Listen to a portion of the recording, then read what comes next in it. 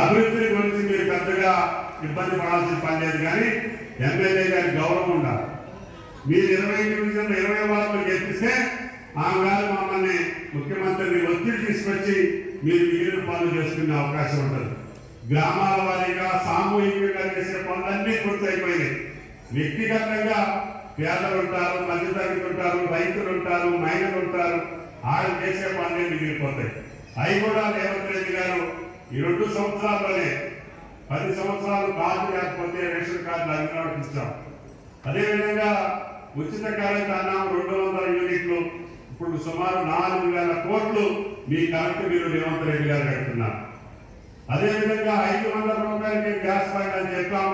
52 లక్షల మందికి gas bund 500కే మీ చేతికి అందిస్తున్నాం. అదేవిధంగా ఎమ్మెల్యే గారు చెప్పినట్టుగా కొమ్మిరెడ్డి గారికి ఇప్పుడే 3,500 ఇల్లు ఇచ్చారు. ఉగాది తర్వాత మళ్ళీ మీకు 3,500 ఇద్దరు మీరు అప్లై చేసుకోవడానికి ఈ సందర్భంగా మనం పేదలకు కావాల్సిన సంక్షేమం ఒక పక్క పూర్తి చేసుకుంటూనే ఉచిత బస్కి రేవంత్ రెడ్డి గారి ప్రభుత్వం మహిళా తల్లికి 2 సంవత్సరాల్లోనే 9,600 కోట్లు ఖర్చు పెట్టారు. అంటే మీ బస్ ఛార్జీ ఎవరు కూడా ఇంతవరకు ఎవరైనా అడిగారు తల్లి మిమ్మల్ని బస్ ఛార్జీ? మరి ఎక్కువ మంది మహిళలే పోతున్నారు, మగవాడికి సీట్లు దొరకట్లేదు. కాబట్టి మహిళా తల్లుల యొక్క ఆశీర్వాదంతో కాంగ్రెస్ ప్రభుత్వం వచ్చింది, రాఘమయ్య గారు గెలిపించారు. అందుకని రాఘమయ్య గారి యొక్క గౌరవ ప్రతిష్టకు తగ్గట్టుగా 20 వార్డులు గెలిపించండి.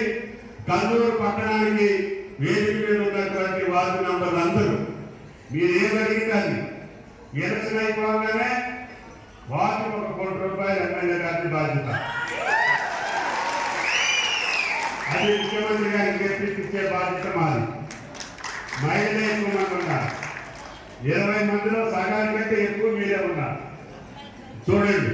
అందుకనే మహిళా మంత్రులను తాళంగా ఇస్తే ఆ సంసారం బాగుంటుంది కాబట్టి అధికారం కూడా ఈ తల్లికి ఇవ్వాలని చెప్పి నిర్ణయించాం. అందుకని ఈ రోజున కల్లూరు పట్టణానికి భవిష్యత్తు ఉండాలనే మున్సిపాలిటీ చేశాం, రెవెన్యూ డివిజన్ చేశాం. ఈ రహదారిని కూడా 4 లైన్ల రహదారి డిపిఆర్కి టెండర్ పిలిచారు. డిపిఆర్ అయిపోయిన తర్వాత గ్రీన్ ఫీల్డ్ హైవే అక్కడ ఉండగానే దీన్ని కూడా 4 లైన్ల రహదారి ఖమ్మం టు అశ్వరాపేట చేయాలని చెప్పి పట్టుబడుతున్నాం. దానికి మీరందరూ సహకరిస్తే వచ్చే సంవత్సరం దీన్ని 4 లైన్ల రహదారిగా చేసి అప్పటి వరకు కూడా దాన్ని బ్రహ్మాండంగా మెయింటైన్ చేసేదానికి అవకాశం ఉంటుంది.